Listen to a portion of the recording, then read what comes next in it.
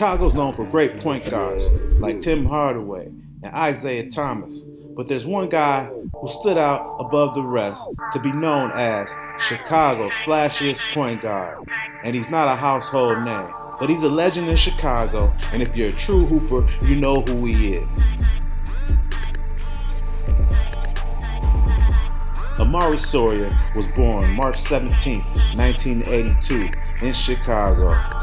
He always had the skill and talent for basketball and was kind of like a prodigy as he started as a young buck. My pops put the ball in my hand, but I was around the ball pretty much my whole life. I started playing at like 3 years old. Although Imari grew up on the west side and being a fan of Westinghouse High School, he was recruited by the King of Kings, Landon Sonny Cox, where he attended Martin Luther King High School on the south side, where he made a significant impact on the basketball scene.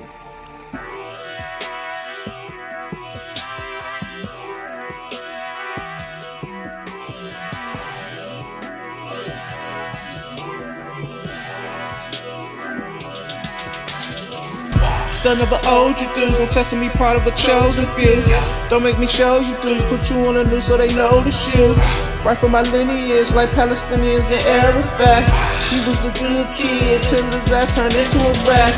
Get out your body, turn you into lame, your brain will go slack. My first game I had 17, 10, and 10. King was known for having lots of talent as he played alongside NBA-bound Leon Smith. It was just tradition. I didn't never think I was going to King. I thought I was going to end up at Westinghouse. Cox came and it was like, just come see me play. I'm like, man, I don't want to go over there. I ain't going out south. My pop's like, man, give him a chance. He led his team to the Chicago City Championship in 1998 and was named the team's most valuable player for 3 consecutive seasons. He was a 3-time All-State selection. His senior year was particularly impressive, averaging 31 points and 12 assists per game. Although he dominated high school sports, he made his name and his reputation on the blacktop of Chicago. Imari would show up anywhere to play, whether it was an AAU game, a local pickup run at the park, or playing against pros at the Pro-Am at IIT. He came up in one of the toughest eras for point guards, and the Chicago Public League was stacked with talent that was among some of the best in the country. He had the passing ability of Magic Johnson and the scoring ability of Isaiah Thomas. Somewhere along the line, he developed the undeserved reputation of a court general who couldn't take direction and was uncoachable. There was also controversy with his father, Terry Sawyer, being a helicopter dad and inking a secret deal with Puma.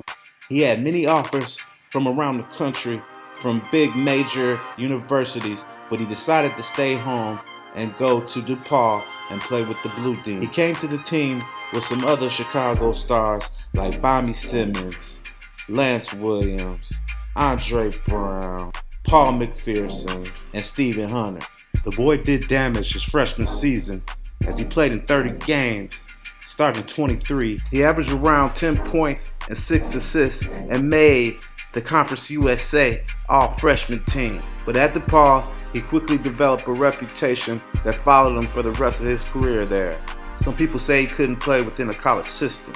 He was putting up solid numbers against great competition, and he even would have his name in the lights, on the stat box, and ESPN Sports Center. But suspensions for grades and troubling circumstances, like his sick grandfather, offset his fine guard play, which caused him not to return for his junior season.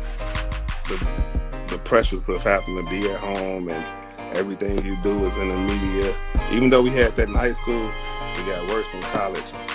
And then you had the politics of college. And this was in the days of college basketball when most great players weren't one and done. How does a guy with all this talent transfer to Georgetown College in Kentucky? I think if I'd have left, I think it might have been a little better for me. I think me staying here and having the reputation that I had already of being a high head or hard to coach or whatever they called it. Mm-hmm. Talent is not all you need, and it's a lot of politics that goes into this basketball thing. Imari Sawyer had a brief stint in the CBA and has played with many teams over the years.